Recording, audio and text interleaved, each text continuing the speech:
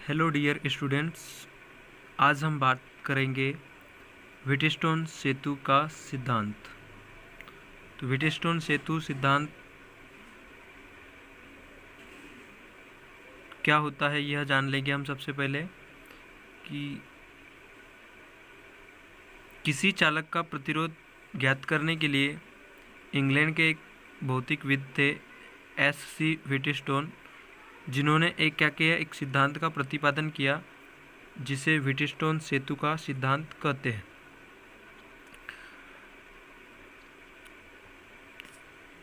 सिद्धांत क्या होता है इसका? सेतु संतुलन की अवस्था में किन्हीं भी दो संलग्न प्रतिरोधों का अनुपात शेष दो संलग्न प्रतिरोधों के अनुपात के बराबर होता है।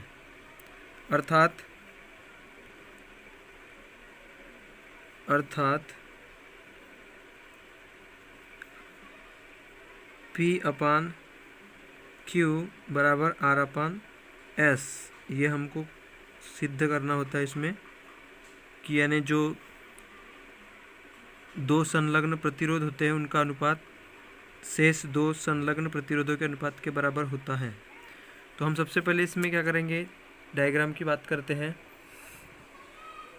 तो इसमें क्या होता है कि यानी मान लेते हैं अपन कि ये जो है P/Q/R/S चार प्रतिरोध मान लेते हैं जो एक चतुर्भुज है ABCD की चार भुजाओं के साथ में क्या है संलग्न किए गए हैं।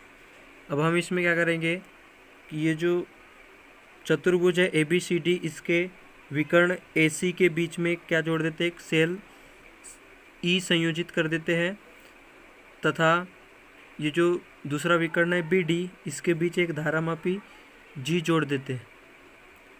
धारामापी G जोड़ देते हैं। चारों प्रतिरोधों को इस प्रकार से व्यवस्थित किया जाता है कि धारामापी में कोई विक्षेप न हो, तो इस स्थिति में सेतु को संतुलन में कहा जाता है कि प्रतिरोध P से I1, Q से I2 और R से I3 और S से I4 धाराएं बह रही है। वर्णन देखेंगे। माना PQRS चार प्रतिरोध चतुर्भुज ABCD की चार भुजाएं के साथ संलग्न है। चतुर्भुज के विकर्ण AC के बीच हमने सेल E जोड़ दिए तथा दूसरे विकर्ण BD के मध्य धारामापी G जोड़ देते हैं। अब चारों प्रतिरोधों के मान इस प्रकार से व्यवस्थित किए जाते हैं कि धारामापी में कोई विक्षेप न हो, तो इस स्थिति में सेतु संतुलन में कहा जाता है। तो अब हम इसमें बिंदु B पर किरचॉफ के नियम से इसमें हम धारा का मान निकाल लेंगे और उसी प्रकार से बिंदु D पर भी निकाल लेंगे। तो बिंदु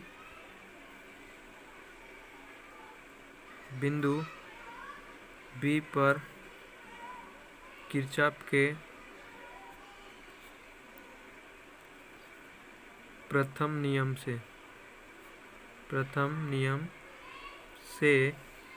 अब बिंदु B पर प्रथम नियम से क्या होता है कि यानी किसी संधि पर मिलने वाली समस्त धाराओं का बीजगणित योग जो होता है शून्य होता है। तो ये जो बिंदु B है, इस पर I1 धारा प्रवेश कर रही है और ये जो धारामापी है G, इससे होकर के धारा बहेगी ये IG, ठीक। और ये जो है बाहर की ओर निकल रही है IG धारा और I2 धारा बाहर की ओर निकल रही है। तो जो धाराएं बाहर की ओर निकलती है उनके लिए ऋणात्मक चिन्ह का प्रयोग करेंगे और जो धाराएं संधि में प्रवेश करेंगी उसके लिए धनात्मक चिन्ह का प्रयोग करेंगे। तो बिंदु B पर किरचॉफ के नियम से क्या हो जाएगा, बिंदु B पर किरचॉफ के प्रथम नियम से I1 minus IG minus I2 बराबर 0। अब सेतु संतुलन की स्थिति में धारा IG का मान जो होता है किसके बराबर होता है, शून्य होता है। चूंकि लिख सकते हैं IG का मान क्या हो, 0 होता है। संतुलन की स्थिति में, तो ये क्या हो जाएगा I1, इसीलिए I1 माइनस I2 बराबर 0 या I1 बराबर I2, इसको समीकरण नंबर 1 देंगे। इसी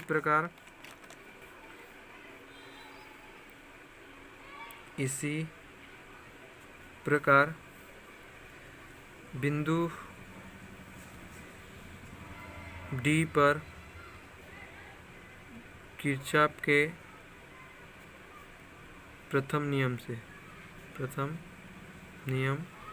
से अब ये जो बिंदु D है, इसमें देखेंगे आप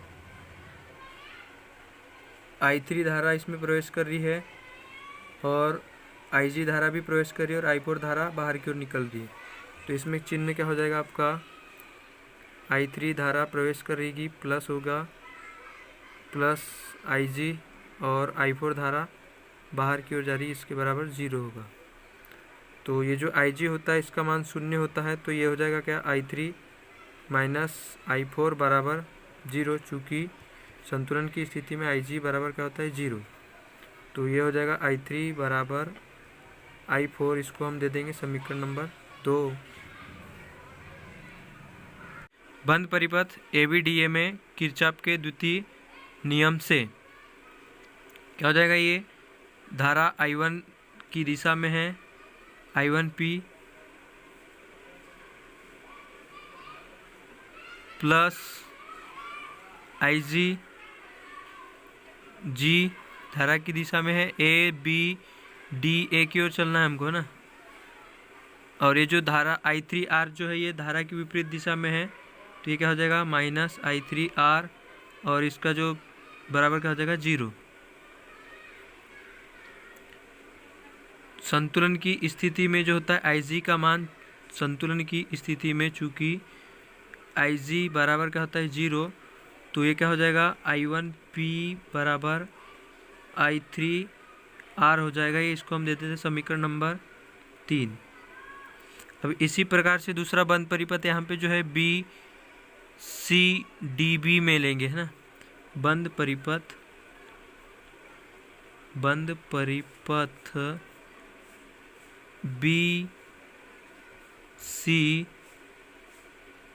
BCDB में किरचॉफ के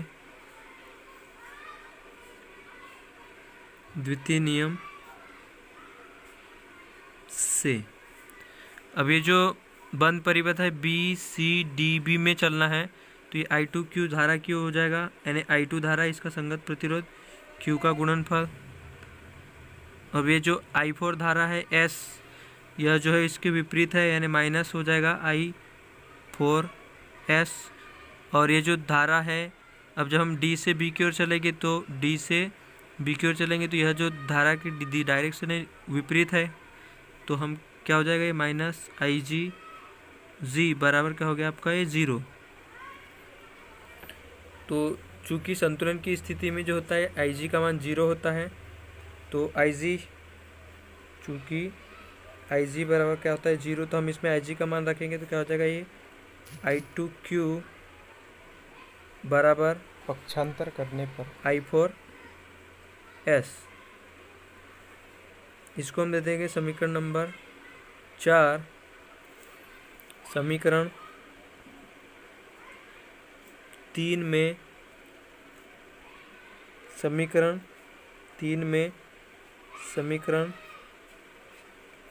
4 का भाग देने पर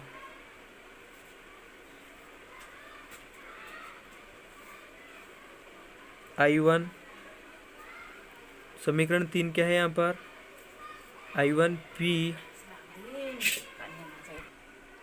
I1P अपान I2Q बराबर समीकरण I3R अपान ये जो चौथा समीकरण I4S।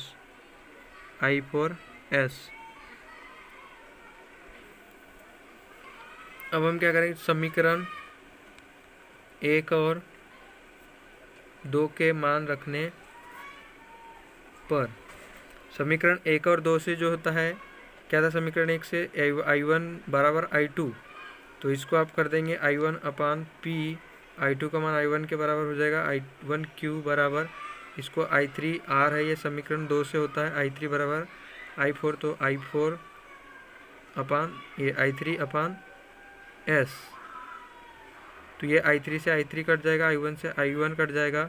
अब आपके पास जो बचेगा P अपान Q बराबर R अपान S, यह जो होगा व्हीटस्टोन सेतु का सिद्धांत होगा, यानी सेतु संतुलन की अवस्था में किन्हीं भी दो संलग्न भुजाओं का प्रतिरोध, यहाँ पर देखेंगे ये जो भुजाएं हैं इनका जो प्रतिरोधों का जो अनुपात होता है शेष दो संलग्न भुजाओं के अनुपात के बराबर होता है।